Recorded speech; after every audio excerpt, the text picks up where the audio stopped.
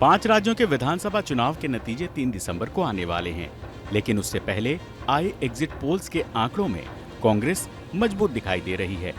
ज्यादातर exit poll ने छत्तीसगढ़ और तेलंगाना में कांग्रेस को विजयी बताया है, जबकि राजस्थान और एमपी में बीजेपी के साथ कांग्रेस की कड़ी टक्कर बताई गई है। अगर एग्जिट पोल के आंकड़ों पर यकीन करें तो कांग्रेस का ये प्रदर्शन उसके विरोधी बीजेपी को परेशान करने वाला है, लेकिन इसके साथ साथ कांग्रेस के दोस्तों को भी उसकी कामयाबी पर रश्क होना तय है, क्योंकि अगर इन चुनावों में कांग्रेस अच्छा प्रदर्शन करती है तो बीजेपी के विरोध में बने इंडिया गठबंधन में उसका पलड़ा भारी हो जाएगा, जो ममता बनर्जी की पार्टी टीएमसी और समाजवादी पार्टी जैसे दलों के लिए परेशानी का सबब बन सकता है। 3 दिसंबर को जितना बड़ा दिन कांग्रेस के लिए होगा, उतना ही इंडिया गठबंधन के घटक दलों के लिए भी। अगर कांग्रेस 4 राज्यों में सरकार बनाने में सफल हो जाती है तो गठबंधन के अंदर जहां कांग्रेस के कद में इजाफा होगा, वहीं सीट शेयरिंग को लेकर कांग्रेस अधिक मजबूती से अपना पक्ष रख सकती है। दरअसल बीजेपी के विरोध में साल 2024 के आम चुनाव के लिए कई विपक्षी दलों ने इंडिया गठबंधन बनाया है। इन दलों के बीच इस बात को लेकर सहमति बनी है कि बीजेपी या एनडीए के खिलाफ ज्यादातर सीटों पर एक ही संयुक्त उम्मीदवार को उतारा जाए। ऐसे में जाहिर है कि इंडिया गठबंधन में शामिल हर दल ज्यादा से ज्यादा सीट हासिल करने की कोशिश करेगा।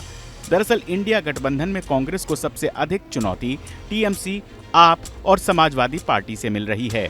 वो लगातार सीट शेयरिंग के मसले या फिर अन्य मुद्दों पर कांग्रेस को आंख दिखाते नजर आए हैं। लोकसभा चुनाव से पहले हुए इन 5 राज्यों के चुनाव के दौरान एमपी में अखिलेश यादव गठबंधन के आधार पर कांग्रेस से कुछ सीटें मांग रहे थे, लेकिन कांग्रेस ने समाजवादी पार्टी को अनदेखा कर दिया। अखिलेश यादव ने अपने चुनाव प्रचार के दौरान कांग्रेस पर जमकर भड़ास निकाली।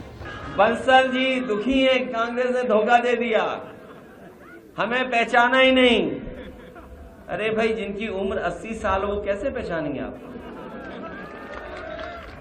आप बताओ। हम कोई नाराजगी नहीं है किसी से, लेकिन हम ये मानते हैं, ये स्वीकार करते हैं कि 80 साल के जो लोग होंगे वो कभी कभी पहचानेंगे नहीं। ये गलती हमारी है कि 80 साल के लोगों पे हम लोग भरोसा कर लिए कि वो हमें पहचान रहे होंगे। इसलिए साथियों, बहुत सावधान रहना आप इन लोगों से। ये सही है, हम लोग शुरुआत कर रहे हैं, लेकिन हमारी शुरुआत मध्य प्रदेश में ऐसी ही रहेगी। लगातार हम लोग काम करते रहेंगे और हमें भरोसा अपने बुजुर्गों पे भी है, नौजवानों पे भी है कि ये नौजवान हमारी मदद करेंगे, क्योंकि इनका हमारा साथ बहुत लंबा रहेगा। हम लोग जाति जनगणना कराना चाहते हैं। बताओ, आप लोग जाति जनगणना कराना चाहते हो कि नहीं कराना चाहते हो? इनकी बातों में मत आना, बीजेपी और कांग्रेस की बातों में। कांग्रेस भी जाति जनगणना कहने लगी है।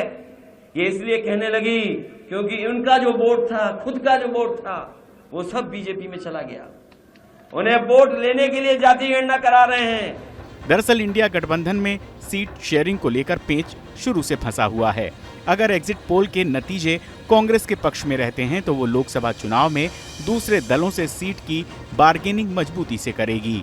बंगाल, उत्तर प्रदेश और महाराष्ट्र जैसे राज्यों में वो सहयोगी दलों से अधिक सीटें मांग सकती है, जिसके चलते कांग्रेस लोकसभा चुनाव में अधिक से अधिक सीटों पर चुनाव लड़ पाएगी।